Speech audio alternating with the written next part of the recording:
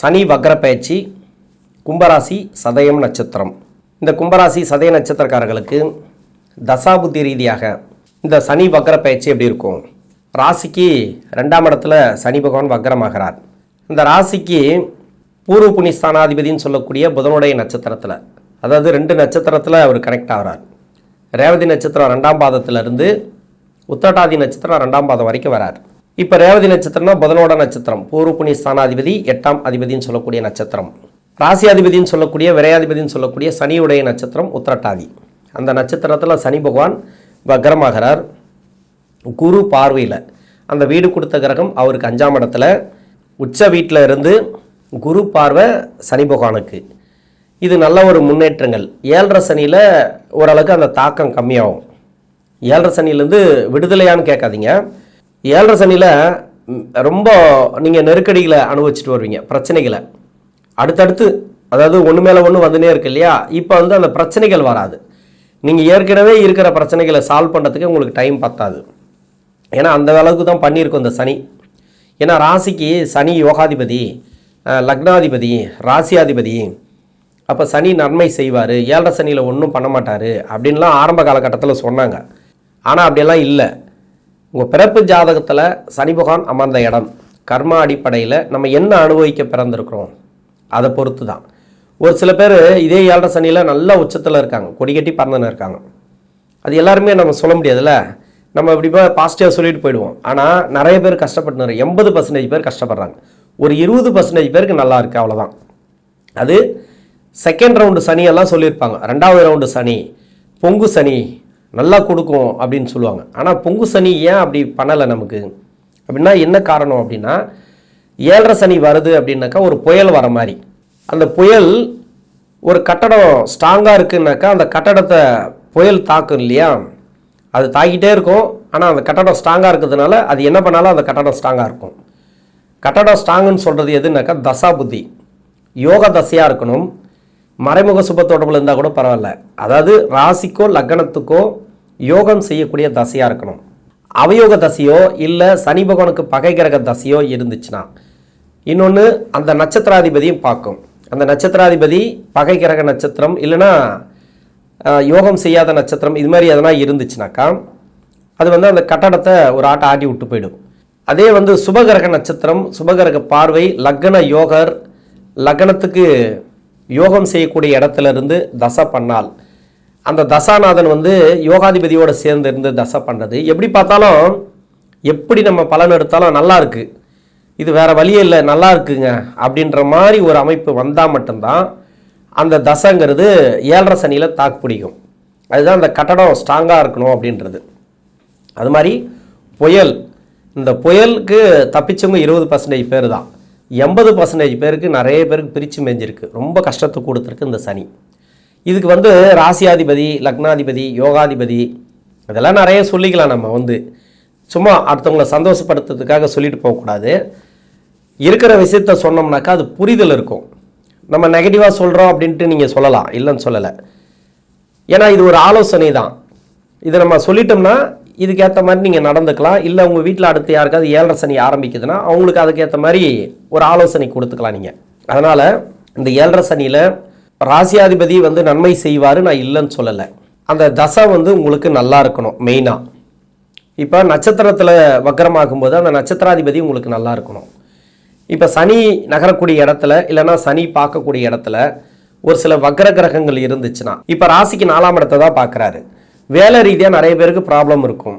அதே மாதிரி வேலை ரீதியாக மாறுதல் ஏதாவது கேட்டுட்ருப்பீங்க. இது மாதிரியெல்லாம் நிறைய சிக்கல் இருக்கலாம். தொழில் ரீதியாக நிறைய சிக்கல் இருக்கலாம். இதெல்லாமே இந்த சனி வக்கரத்தில் மாறுமானாக்கா, சனி பார்க்கக்கூடிய இடம், சனி நகரக்கூடிய இடத்துல ஒரு கிரகம் சுபத்துவமாக இருந்துச்சுன்னா மாற்றம் கண்டிப்பாக உண்டு. அதே அசுபத்துவமாக இருந்து வக்கரமாக இருந்தால் அது கொஞ்சம் பிரச்சனையாகி மாறும், அவ்வளோதான். பிரச்சனைங்கிறது ஏற்கனவே ப்ராப்ளம் போயிட்டுருக்கோம், அந்த ப்ராப்ளம் முடிஞ்சு ஒரு நல்ல ஒரு வேலை வாய்ப்பு, தொழில் அமையிறது, இது நடக்கலாம். இப்போ தசாபுதிப்படி பார்த்தோமானால் என்னோட கணக்குப்படி இப்போ சதய நட்சத்திரத்துக்கு ராகுடைய நட்சத்திரம் இல்லையா, தசா காலங்கள் 18 வருடம். அது நான் 10 வருடம் நான் சென்ற பகுதியை எடுத்துக்கிறேன். அதன் பிறகு குரு தசை 16 வருடம். 10 + 16 26 வயசு வரைக்கும் குரு தசை நடக்கும். இப்போ முதல் பாதத்தில் இருக்கிறவங்களுக்கு 16 வயசுலேருந்து 32 வயசு வரைக்கும் குரு தசை நடக்கும். என்னோட கணக்குப்படி 26. 4ஆம் பாதத்தில் இருக்கிறவங்களுக்கு 4 வயசுலேருந்து 20 வயசு வரைக்கும் இந்த சதய நட்சத்திரக்காரர்களுக்கு குரு தசை வரும். 20-21 வயசு வரைக்கும் குரு தசை வரலாம். இப்போ படிக்கிற காலகட்டத்தில் குரு தசை வந்திருக்கு. ராசிக்கு 2ஆம் இடத்துல குருவுடைய பார்வை இருக்கு. வக்கரமாகிறார் சனி. இது எப்படி இருக்கும்? படிப்பில் இருந்து வந்த தடை விலகும். நீங்கள் முயற்சி பண்ணுங்கள். என்னை பொறுத்த வரைக்கும் அதான் சொல்லுவேன். ஏன்னா 7.5 சனியில் நம்ம ஒவ்வொருத்தர் ஜாதகத்துக்கு நம்ம சொல்லியிருக்க முடியாது. டஃப்பாக இருக்குது, ரொம்ப கஷ்டப்படுறேன், படிப்பு எது எடுத்தாலும் தடையாக இருக்குது, எனக்கு நிறைய முன்னேற்றங்கள் இல்லை, நிறைய நான் படிக்கிறேன், எக்ஸாம் ஆள் போனவுடனே மறந்துடுறேன் அப்படின்ற மாதிரி ஒரு சிலர். இன்னொன்று 1 மார்க் 2 மார்க்கில் போயிடுது, அது மாதிரி ஒரு சிலர். நீங்கள் முயற்சி பண்ணுங்கள். நிறைய பெற்றோர்கள் கஷ்டப்பட்டு படிக்க வைக்கிறாங்க. அதிகபட்சமான முயற்சிகளை எடுங்க இந்த காலகட்டங்களில். இன்னொன்று, படிப்பு ரொம்ப முக்கியமானது. நான் நிறைய வீடியோவில் நான் சொல்லியிருக்கிறேன். ஏன்னா அடுத்தடுத்து வரக்கூடிய தசைகள் ராஜகரக தசைகள். அது நல்லது செய்யுமா கெடுதல் செய்யுமா அது அப்புறம் பார்த்துக்கலாம். அது சுய ஜாதகம் சொல்லணும். ஆனால் உங்களுக்கு இந்த காலகட்டத்தில் படிச்சிட்டிங்கனாக்கா பின்னாடி வரக்கூடிய அவயோக தசைகளை சமாளிக்கலாம். என்னை பொறுத்த வரைக்கும் 25 வயசுக்குள்ளே 24 வயசுக்குள்ளே எவ்வளோ படிக்கணுமோ படிச்சிருங்க. படிக்காமல் மட்டும் விட்டுறாதீங்க. பின்னாடி ரொம்ப கஷ்டப்படுத்திடும் இந்த தசைகள்லாம். நான் புத்திமதி சொல்லலை, ஜாதக ரீதியாக சொல்கிறேன். நிறைய பேர் கஷ்டப்படுறதுக்கு உண்டான காரணம் படித்தவங்களும் கஷ்டப்படுறாங்க இல்லைன்னு சொல்ல. இன்னொன்று அது சமாளிப்பாங்க, ஒரு நல்ல முடிவு எடுப்பாங்க, யார் பேச்சு கேட்க மாட்டாங்க. நீங்கள் படிக்காதவங்க போய் பாருங்கள், சுய புத்தி இருக்காது. ஒன்று, எல்லாருக்கும் அப்படி சொல்ல முடியாது. இன்னொரு விஷயம் என்னன்னாக்கா, மூட நம்பிக்கைக்குள்ளே அதிகமாக போவாங்க. எல்லாத்தையும் நம்புவாங்க. எதை நம்பணும் எதை நம்பக்கூடாதுன்னு தெரியாது அவங்களுக்கு. எந்த வழி போகணும் எந்த வழி போகக்கூடாதுன்னு தெரியாது. அதனால் படிப்புங்கிறது ஒரு உலக அனுபவம். அதை முடிச்சிட்டோம்னாக்கா, அதை கையில் வச்சுட்டு இருந்தோம்னாக்கா எல்லாத்தையும் சாதிக்கலாம். இப்போ 22 வயசுக்கு மேலே படிப்பெல்லாம் முடிச்சுட்டு வேலை தேடக்கூடிய வயசில் இருந்தீங்கன்னா, அந்த இடத்துல இருந்தீங்கன்னாக்கா இப்போது உங்களுக்கு வேலை வாய்ப்பு உண்டு. ரொம்ப நாளாக வேலை தேடிட்டிங்கன்னா வேலை கிடைக்கும். எல்லா பயிற்சிக்கும் நம்ம சொல்லிட்டு தான் வரோம், நிறைய பேருக்கு கிடைக்குது. இன்னொன்று, வேலை கிடைச்சி அதில் கொஞ்சம் ப்ராப்ளம் இருக்குன்னா அது சால்வ் ஆகும். இப்போ அந்த நெருக்கடிகள் சால்வ் ஆகும். ஏன்னா கும்பலக்கணத்துக்கு 4ஆம் இடத்தை தான் பார்க்குறாரு, இந்த ராசிக்கு 4ஆம் இடத்தை தான் பார்க்குறாரு. இப்போ பார்த்தீங்கன்னாக்கா வேலையில் இருக்கக்கூடிய ப்ராப்ளம் சால்வ் ஆகும். வேலையில் ஒரு சில பேருக்கு ப்ராப்ளம் போயிட்டுருக்கு. ஏன்னா வேலை கிடைச்ச உடனே கூட ஒரு சில பேருக்கு அந்த வேலை சரியில்லைன்ற மாதிரி போகும். அந்த வேலை உடனே மாறும், வேறு வேலை பார்த்துக்கலாம். நல்ல வேலையாக கண்டிப்பாக கிடைக்கும் இந்த டைமில். ஒரு சில பேருக்கு தசாபுத்தி சரியில்லைன்னு வச்சிங்களேன், வேலை சேர்ந்த உடனே அந்த 1 வருஷம் 6 மாதத்துலேயே கொஞ்சம் ப்ராப்ளம் ஸ்டார்ட் ஆகி போயினே இருக்கும். சரி, வேறு வேலை பார்த்துக்கலாம் அப்படின்னு தோணும் இல்லையா? இப்போ வேறு வேலை அமையும். இப்போ நல்லபடியாக போயிட்டுருக்கு அப்படின்னா நல்லபடியாக போகும், நல்லபடியாக பார்த்துக்குங்க. திருமணத்துக்காக முயற்சி பண்ணுறீங்களா, உசாராக முயற்சி பண்ணுங்கள். 7.5 சனி இன்னும் ஒரு 1 இயர் இருக்குது. ரொம்ப கஷ்டத்தை கொடுக்குது. ஏன்னா 7.5 சனி ஃபுல்லாகவே ட்ரை பண்ணியிருப்பாங்க. ஒரு சில பேர் லட்சக்கணக்கில் செலவு பண்ணுறாங்க, அதாவது திருமணத்துக்காக வரன் பார்க்கறதுக்கே. அங்கங்கே காசு கட்டி ஏமாந்துருக்காங்க. நிறைய செலவு பண்ணி வண்டி எல்லாம் வச்சுட்டு போயிட்டு பார்த்துட்டு எல்லாமே ரிஜெக்ட் ஆகுது. அது மாதிரி வருது, மன உளைச்சல்கள் நிறைய கொடுக்குது. இது மாதிரி நிறைய செலவு பண்ணிட்டு சார் என்னால் முடியல, இப்போ திருமணமே கூடி வர மாட்டேங்குது அப்படின்னீங்கனாக்கா இன்னும் ஒரு 1 இயர் வெயிட் பண்ணுங்கள். கஷ்டப்படாமல் பண்ணணும் அப்படின்னாக்கா 1 இயர் வெயிட் பண்ணுங்கள். ஏன்னா ஒரு தசை கொடுக்கும், திருமண பாக்கியத்தை கொடுக்கும், அந்த வயசுக்கு உங்களை தள்ளிட்டு போகும். ஆனால் இந்த 7.5 சனி தடுக்கும். இது ரெண்டுமே ஒன்றுக்கு ஒன்று ஏருக்கு மாறாக இருக்கும். அதனால் ரொம்ப தடை வருதுன்னா கொஞ்சம் தள்ளி போடுங்க. 1 இயரில் ஒன்றும் கெட்டு போகாது. இப்போ ஒரு சில பேருக்கு பாசிட்டிவ் அமையும், போகிற இடம்லாம் நல்ல மதிப்பு மரியாதை இருக்கும். அப்போ அவங்களுக்கு தசை நல்லா இருக்குது. இப்போ 7.5 சனியே நல்லா இருக்குது, சனியே நல்லா இருக்கும் அவங்க சுய ஜாதகத்தில். இப்போ 7ஆம் இடம் நல்லாயிருக்கும். இன்னொன்று 7ஆம் இடத்தை குரு பார்க்கலாம். இது மாதிரி ஏதோ ஒரு சுபத்துவமாக இருந்துச்சுன்னா டக்கு டக்குன்னு கல்யாணம் ஆகிடும். இப்போ 24 வயசு அப்படின்னாக்கா இந்த டைமில் 25 வயசில் கல்யாணம் ஆகிறதுக்கு வாய்ப்பு இருக்குது. இது மாதிரி உடனே எடுத்தோடனே கல்யாணம் ஆகிடும். தடைகள் வருது அப்படின்னாக்கா கொஞ்சம் தள்ளி போடுறது நல்லது. திருமணம் ஆகிப்போச்சு, கணவன் மனைவிக்குள்ளே கருத்து வேறுபாடு கொஞ்சம் வர்றது சகஜம்தான். இந்த 7.5 சனியில் பெரிய சச்சரவாக வராமல் பார்த்துக்கிறது நல்லது. என்னதான் இருந்தாலும் இப்போ கோர்ட்டு கேஸு டைவர்ஸ்ன்னு போயிட்டுருக்குன்னு வச்சுக்கலாம், அவங்களுக்கெல்லாம் ஒரு மாற்றம் இந்த காலகட்டங்களில் கொடுக்கும். கடன் வாங்கி ரொம்ப தொழில் பண்ணுறவங்களுக்கு கொஞ்சம் கஷ்டத்தை கொடுக்கும், கொஞ்சம் பார்த்துக்கணும். மெயினாக இப்போ பண வரவு உண்டு இல்லைன்னு சொல்ல, ஏதாவது உதவிகள் கேட்டால் இப்போ கிடைக்கும் தொழில் செய்கிறவங்களுக்கு. ஆனால் பெரிய கடன்களை வாங்கி பண்ணாமல் இருக்கிறது நல்லது இந்த குரு தசையில் இருக்கிறவங்க. அடுத்து சனி தசை. இப்போ சனி முதல் பாதத்தில் இருக்கிறவங்களுக்கு 32 to 51, என்னோட கணக்குப்படி 26 to 45, 4ஆம் பாதத்தில் இருக்கிறவங்களுக்கு 20 to 39. இந்த சனி தசை ராசியாதிபதி விரையாதிபதி ராசிக்கு 2ஆம் இடத்துல 7.5 சனி. நிறைய பேருக்கு சனி தசை ஆரம்பிச்சிலேருந்தே ப்ராப்ளம் ஸ்டார்ட் ஆகிருக்கும். நிறைய பேருக்கு வந்து சனி தசை ஆரம்பிச்சிலேருந்து நல்லா போயிட்டுருக்கோம். ஆனால் 7.5 சனி ஆரம்பிச்சிலேருந்து ப்ராப்ளம் இருக்கும். இந்த கும்பராசிக்கு பெரிய ப்ராப்ளமாக 2020க்கு பிறகு தான். 2020லேருந்து நிறைய கஷ்டங்களை அனுபவிச்சிருப்பீங்க. ஏன்னா 7.5 சனி சனி தசை ஆரம்பித்து போயிட்டுருக்கோம். மேலே 7.5 சனி வந்துச்சுனாக்கா அப்படியே போட்டு அமுக்கி விட்ரும். அதாவது ஒரு நல்லா ஓடிட்டே இருப்பீங்க, அப்படியே ஸ்லோவாக இருக்கும். ஒரு 80 கிலோமீட்டர் வேகத்தில் போயிட்டு இருந்தால் டக்குன்னு பார்த்தீங்கன்னா 20 கிலோமீட்டர் வேகத்தில் ஆயிருக்கும். அப்படியே ஸ்லோ பண்ணி விட்ரும். என்ன நடக்குதுன்னே தெரியாதா, அது மாதிரிலாம் கொடுத்துருக்கு இந்த சனி.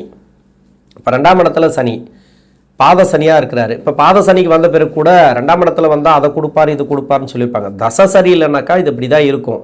தசை சரியாக இருந்தால் மட்டும்தான் உங்களுக்கு நல்லா இருக்கும். ஒரு சில பேருக்கு வந்து தசை முடிஞ்சு தசை ஆரம்பிக்கும். இப்போ சனி தசை முடிஞ்சு புதன் தசை ஆரம்பிக்கும். ஒரு சில பேருக்கு வந்து குரு தசை முடிஞ்சு சனி தசை ஆரம்பிக்கலாம். ஆனால் அந்த தசை ஆரம்பித்த ஒரு எஃபெக்ட் கிடைக்காது.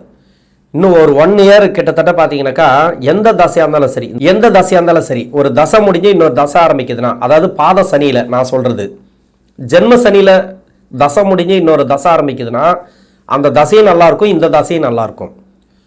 இது இப்படி தான் கன்ஃபார்மாக இருக்கும். அது வந்து மாற்று கருத்தே கிடையாது. ஆனால் பாத சனி நடந்துட்டுருக்கு அப்படின்னாக்கா இப்போ 7.5 சனி விடுதலை ஆகிற டைம். இப்போ இன்னும் ஒரு 1 இயர் இருக்குன்னு வச்சுங்களேன். இப்போ யாருக்காவது வந்து தசை முடிஞ்சு இன்னொரு தசை ஆரம்பிக்குது. இப்போ சனி தசை முடிஞ்சு புதன் தசை, அப்படி இல்லைனாக்கா குரு தசை முடிஞ்சு சனி தசை ஆரம்பிக்கலாம். இன்னொன்று சனி தசையோட சென்டர் பகுதி இருக்குது பார்த்தீங்களா, அதாவது 10 வருஷம் முடிஞ்சு சுக்கிர புத்தி ஆரம்பிக்கும். இந்த மாற்றங்கள் வந்து பார்த்தீங்கன்னாக்கா கிடைக்காது உங்களுக்கு. இது 1 இயருக்கு வந்து ஸ்ட்ரகிளாகவே இருக்கும். இது மாதிரி இருக்கிறவங்க கொஞ்சம் கவனமாக நீங்கள் வேலை தொழில் எதுலையுமே வந்து இருக்கிற வேலையை பார்த்துட்டே வாங்க. வேலையை மாற்ற வேண்டாம். தொழிலில் கொஞ்சம் கஷ்டமாக தான் இருக்கும், அதையும் கொஞ்சம் பார்த்துக்கணும் நீங்கள். ஏன்னா ஒரு தசை முடிஞ்சு இன்னொரு தசை வந்து ஜென்ம சனியில் ஆரம்பிக்கலாம், இல்லை விரை சனி முடிஞ்சு ஜென்ம சனி ஆரம்பிக்கும் போது அந்த தசைங்கிறது நல்லாயிருக்கும். இப்போ பாத சனி முடிஞ்சு, அதாவது 7.5 சனி முடிகிற டைமில் ஒரு தசை முடிஞ்சு இன்னொரு தசை ஆரம்பிக்கிறவங்களுக்கு, அதாவது கடைசி புத்தி போயிட்டுருக்கு அப்படின்னா எந்த ஒரு மாற்றமும் உங்களுக்கு கிடைக்காது. அப்படியே இருக்கும். அது வந்து ஏதோ ஒரு மாறும், பரவாயில்ல இந்த தசை ஆரம்பிக்குது இதுலையாவது நல்லா இருக்கும் அப்படின்னு நினைப்பீங்க. 7.5 சனி முடிஞ்ச பிறகு தான் அந்த தசையோட மாற்றம் தெரிய ஆரம்பிக்கும், அந்த காரகத்துவம் வேலை ஆரம்பிக்கும். அதில் வந்து நல்லா இருக்கும். இப்போ வந்து இன்னும் 1 இயருக்கு கொஞ்சம் வெயிட் பண்ணி தான் ஆகணும். அதுவே குழப்பத்தில் இருக்கிற மாதிரி இருக்கும், அந்த தசையே குழப்பத்தில் இருக்கிற மாதிரி இருக்கும். இதே ஜென்ம சனியில் இருக்கிறவங்களுக்கு வந்து ஒரு தசை முடிஞ்சு இன்னொரு தசை ஆரம்பிக்குது, இல்லை இந்த ஃபஸ்ட்டு பார்ட்டு முடிஞ்சு செகண்ட் பார்ட் ஆரம்பிக்குதெல்லாம் சூப்பராக இருக்குது. அதெல்லாம் நீங்கள் கவலையே பட தேவையில்ல, நல்லாவே இருக்கும் இந்த சனி தசையில். இப்போ சனி தசையில் ரொம்ப கஷ்டமாக போயிட்டுருக்கு அப்படின்னா கொஞ்சம் உஷாராக இருங்க. இன்னும் ஒரு 1 இயர் இருக்குது.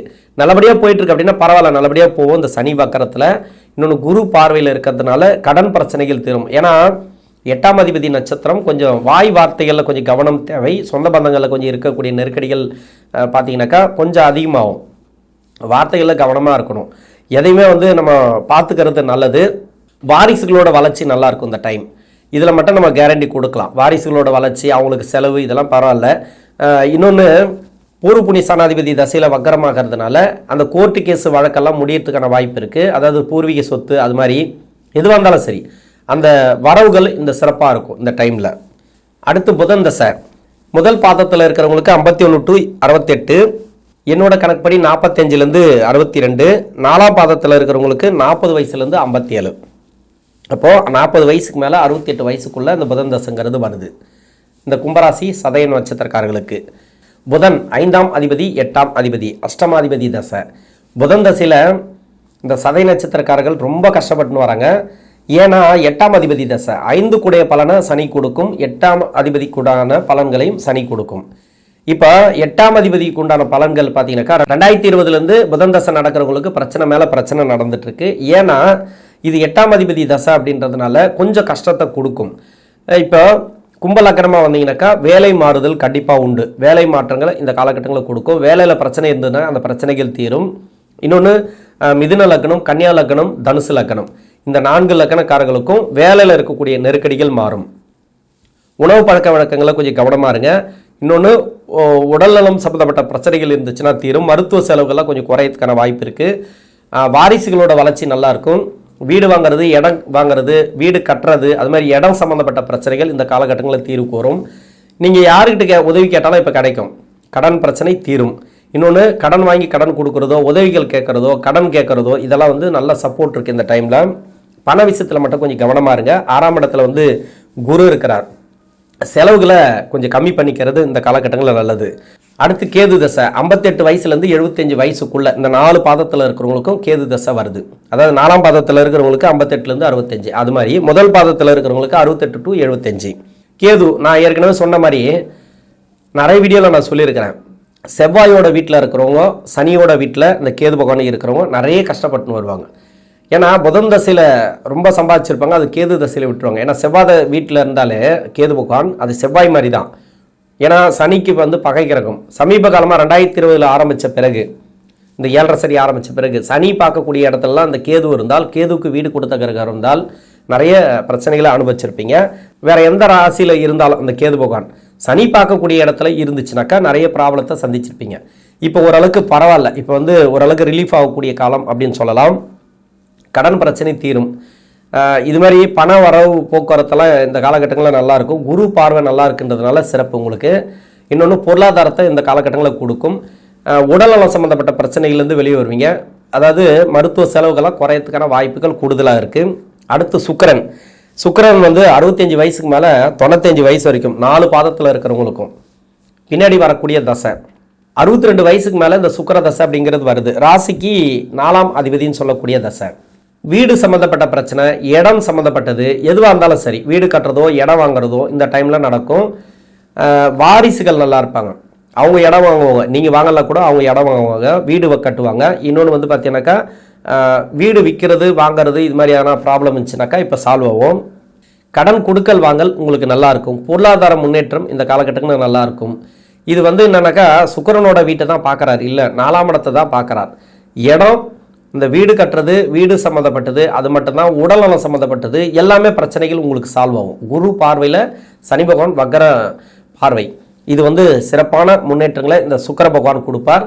இந்த தசையில் இந்த சனி பகவான் நல்ல ஒரு முன்னேற்றங்கள் இந்த வக்கர காலங்களில் உண்டு.